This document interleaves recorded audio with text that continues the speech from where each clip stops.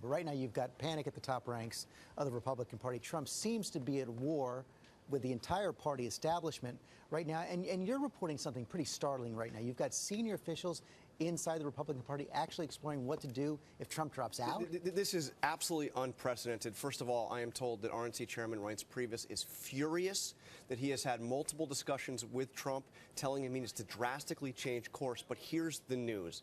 I am told that senior officials at the party are actively exploring what would happen if Trump dropped out, how to replace him on the ballot. The answer, George, is they can't force him out. He would have to go out voluntarily. And then it would be the 168 members of the RNC through a complicated process. They would pick a new candidate. It would have to happen by early September. But they think that's a real possibility? He is so unpredictable right now. They are so unable to control his message that they just don't know, and they clearly think it is a possibility, which is why they're looking at these rules. So, Matthew Dowd, let's look at the calculation for these other Republican leaders. So far, Paul Ryan, even though he's not endorsed by Donald Trump, not rescinding his endorsement. John McCain meeting with Mike Pence overnight, the vice presidential candidate, but not rescinding his endorsement either. At what point do the calculations change?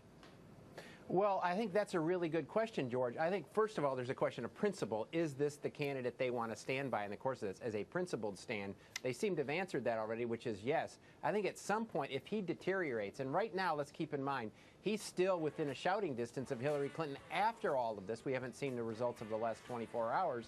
But, George, Donald Trump reminds me of the movie Tin Cup, where the Kevin Costner character, Roy McAvoy, keeps dropping the ball and hitting it in the lake, and he ends up on a 13 on the hole while the crowd watches this whole thing unfold. We are watching this unfold in a way that we've never seen before. And one of the reasons, John Carl, some of the Republicans still standing by Trump, it appears that he still has some ability to raise some money for them. He does. And, George, I have to say that the frustration is especially deep because they believe that Hillary Clinton looks vulnerable, exactly as Matthew said. She's actually had a bad few days. The DNC is going through a whole shakeup. You know, she misstated what the FBI director said about her emails.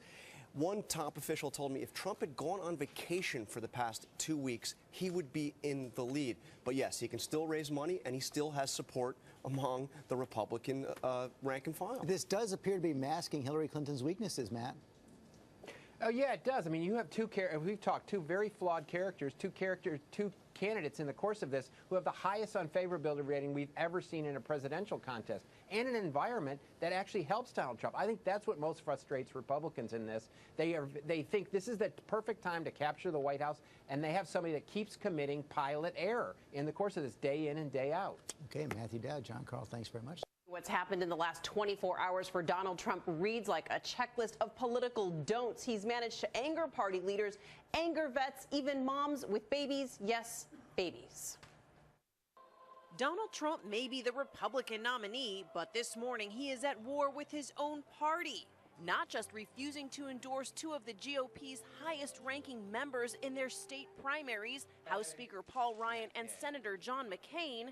You know, never been a big fan of John McCain, and I just hate the way our veterans have been treated by John and other people. Trump also coming under fire for this move at a Virginia rally. A man came up to me, and he handed me his Purple Heart. Trump, who never served in the military, then said, I always wanted to get the Purple Heart. This was much easier. He even raised eyebrows for booting out a crying baby, at first saying, don't worry about that baby, I love babies. So I love babies. I hear that baby crying, I like. But then... Actually, I was only kidding. You can get the baby out of here. That's all right. Don't worry.